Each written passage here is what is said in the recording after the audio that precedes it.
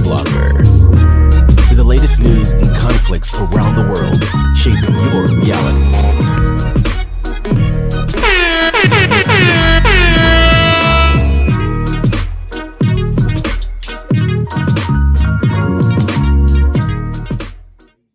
Hello, and welcome to this week's edition of West Coast Milblogger. I'm your host, Cyrus Emerson.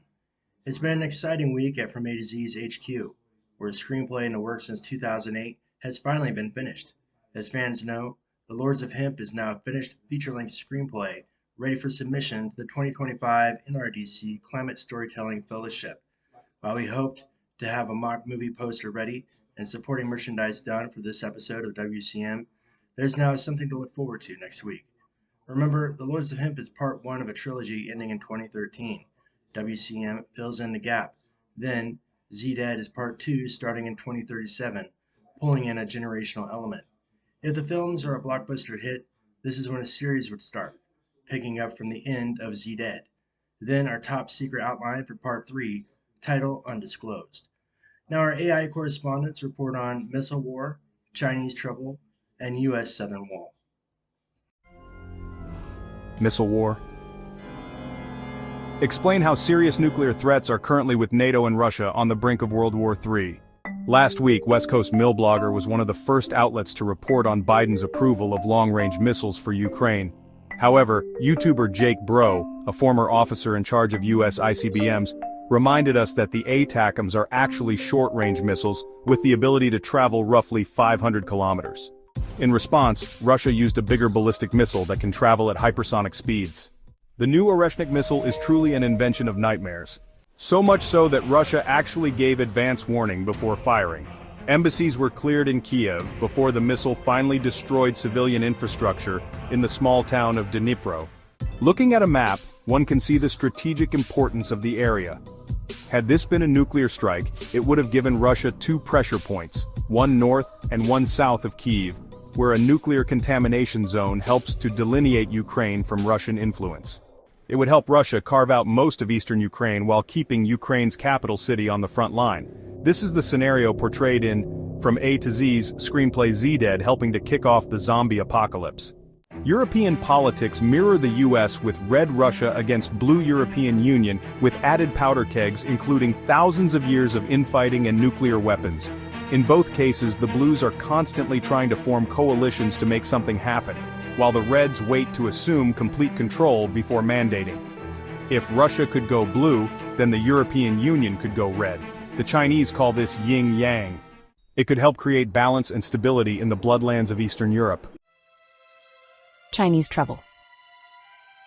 Tell West Coast Milblogger fans about the added impact of a peer adversary to the U.S. in the Pacific theater, with global tensions at an all-time high. Right now, with Russia, North Korea, and Iran keeping the West on its toes from Europe into the Middle East, China is using the moment to secure concessions in regards to Taiwan, seeing a vulnerability to the current world order. There was a great picture at this week's G20 summit in Brazil, capturing elder statesman President Xi striding away from the UK's rookie Prime Minister, who tried his best to confront China's leader about human rights violations. There is a riff here going back hundreds of years. A small European nation doesn't take ownership of colonies like Hong Kong against a proud empire without some dirty tricks. Now, it's payback time if you're Chinese, eyeing Taiwan being backed by Western powers.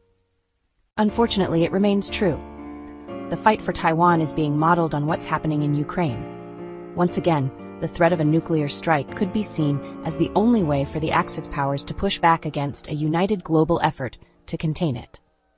In this scenario, China could make Taiwan a nuclear ash heap in order to secure the Taiwan Strait as sovereign territory, while avoiding a large-scale conventional war. It is possible nuclear strikes on Dnipro, Ukraine, and Taipei, Taiwan, could create the exclusive economic zones Russia and China desire without triggering all-out nuclear war. However, the outcome of such an act would be to truly solidify a bipolar world without much interaction between the West and the large landmass controlled by Russia and China. South Korea is another possible target to achieve this apparent goal of current dictators against democracies.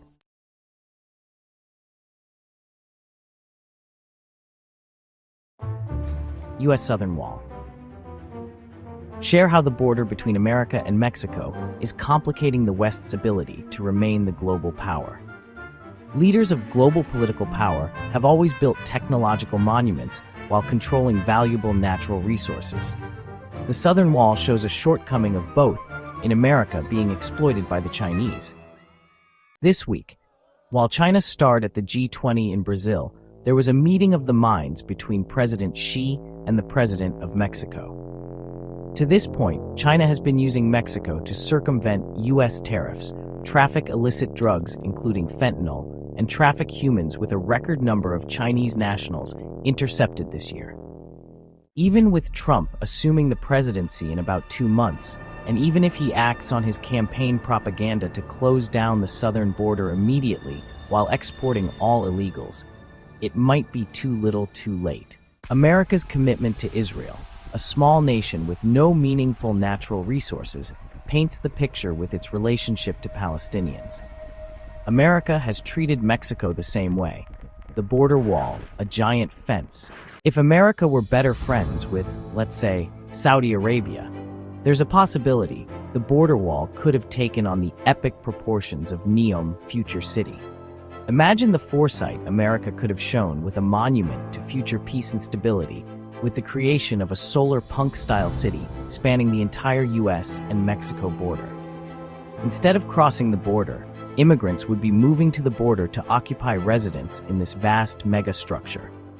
Instead, China is using its soft power in South America to divide the Americas in a developing third front. While Mexico has a close relationship with America, and with such a large border impossible to control as we've seen thus far in human history, a nuclear border, as discussed in the previous sections of this week's West Coast Milblogger, demonstrates a nuclear detonation in Panama could have the same effect as ones in Ukraine, Taiwan, and on the Korean Peninsula. To further physically separate Western-style nations from the system Russia and China share, allowing for the development of BRICS to isolate the West as a NATO bloc instead of a security apparatus of the United Nations.